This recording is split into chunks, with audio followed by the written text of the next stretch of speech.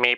Okay, I know I say this in every one of these types of videos that I make, but I'm dead serious. Twilight was, and still is, a cultural touchstone of the late 2000s. One that I personally missed out on, because in middle school I got called homophobic slurs for just holding the book in my hands. I hadn't actually engaged with Twilight at all until watching the first film just before I made this video, yet it doesn't really matter because I felt like I had binged the entire saga without ever actually reading or seeing it. What is there really to say about Twilight that hasn't already been said? Pretty much every aspect of Twilight has been thoroughly dissected by others over the course of the last 14 years. People were talking about its cheesy, embarrassing dialogue and romance from the minute it released. I've heard retrospective discussions about the misogyny of the Twilight backlash. Everyone's still debating Twilight's many controversial and creepy ideas like imprinting on a baby. I've heard more intimate details of author Stephenie Meyer's personal life than I'd care to know, and now that a Twilight resurgence is happening, we occasionally get thoughtful analysis from the now adults who grew up with the series. We all know 50 Shades of Grey started as a Twilight fanfic. I've even heard about the 9/11 to Twilight pipeline, and so on. But if there's one aspect of Twilight that has seen some commentary online, but that I think warrants more discussion, it's how Twilight resonated and why it is still remembered to this day. What does Twilight represent or reveal within our culture, big picture? To me, the pervasive appeal of Twilight is obvious, but it also, due to the nature of Twilight, means this conversation is going to be kind of clumsy and awkward. It should be no secret at all that Twilight's primary audience was teenage girls, and maybe also their moms, but mainly teenage girls. That's who made Twilight turn from a simple book into a phenomenon, but when you actually look at the material of the book, it raises the question, why this book and not the mountain of other romance books lining the shelves? Admittedly, I think this is because Twilight was the only romance book of its time that was willing to meet teens where they were at. Speaking from my own personal experience, when I was a teenager, I was taught that any strong feeling I had was irrational, or in the case of sexual feelings, literally demonic, and that all those feelings were to be kept inside, to be fully repressed. Puritanical thinking and abstinence-only education consumed my small Midwestern town, and I can only imagine that that dogma was, and unfortunately still is, much harder for girls to process. Twilight directly contends with this idea. The central theme of Twilight is repression, but that theme is explored mostly through subtext and metaphor rather than being graphic or explicit. Whereas things like pop music exploit sex appeal and insecurity as a marketing tactic towards teenage girls, Twilight actually begs them to engage with it in a more, well, literary way. Like most romance novels, or just provocative art in general, Twilight is a form of wish fulfillment that allows its audience to engage with what they are societally told not to. This idea is even directly translated onto the biblical forbidden fruit symbolism of the novel's iconic cover. The world of Twilight is oppressively moody and dark. The characters are all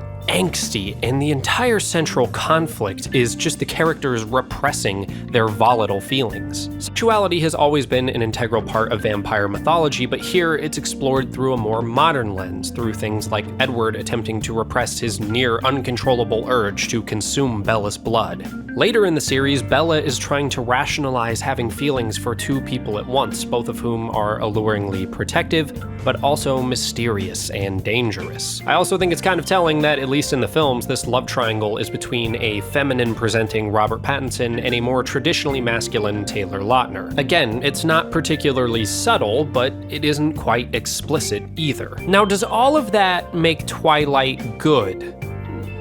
No.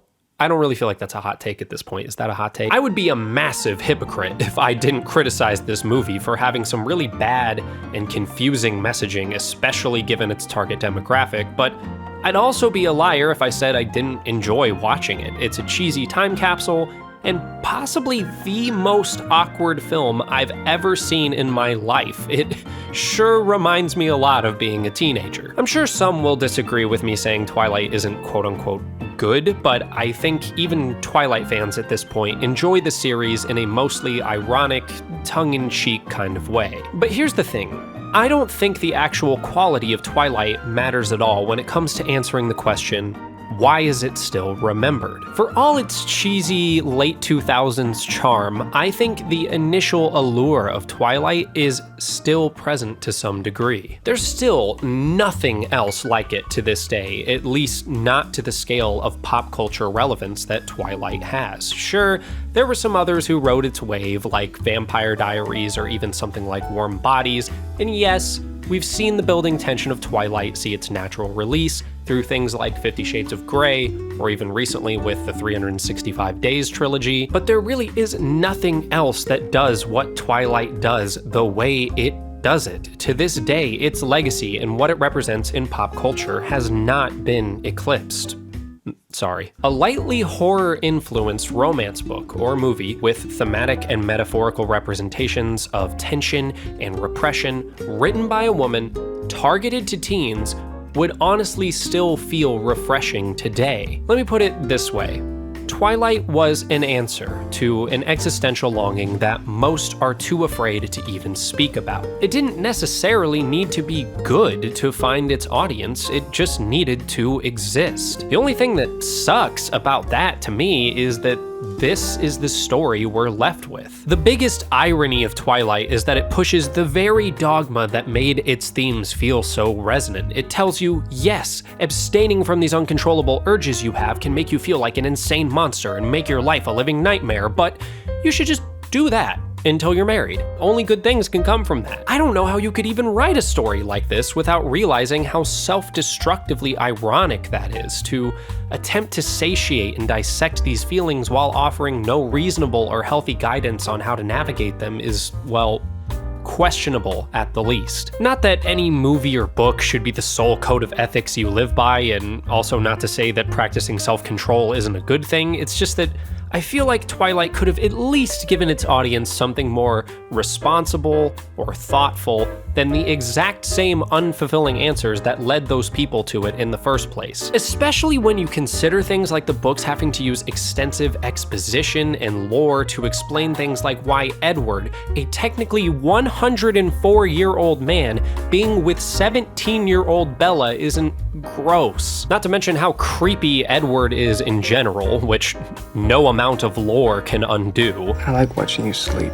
In fact, I've heard rumblings that the most recent Twilight book, Midnight Sun, just doubles down on all of that. Or we can additionally consider something like how the movie version of Breaking Dawn feels the need to largely retcon how disgusting Jacob imprinting on a baby is. How did someone write this down, put it into a book, and then sell it to people? I don't understand. And I don't think this is necessarily all the fault of Stephanie Meyer. There are trained professionals who are still trying to understand the most effective and responsible ways to help teens learn about subjects like this, and because talking about this stuff is so taboo, it seems like an insurmountable task at times. You notice how much tiptoeing I have to do to even make this video viewable? Like, no one wants to give the talk. There's a reason we all call it the talk.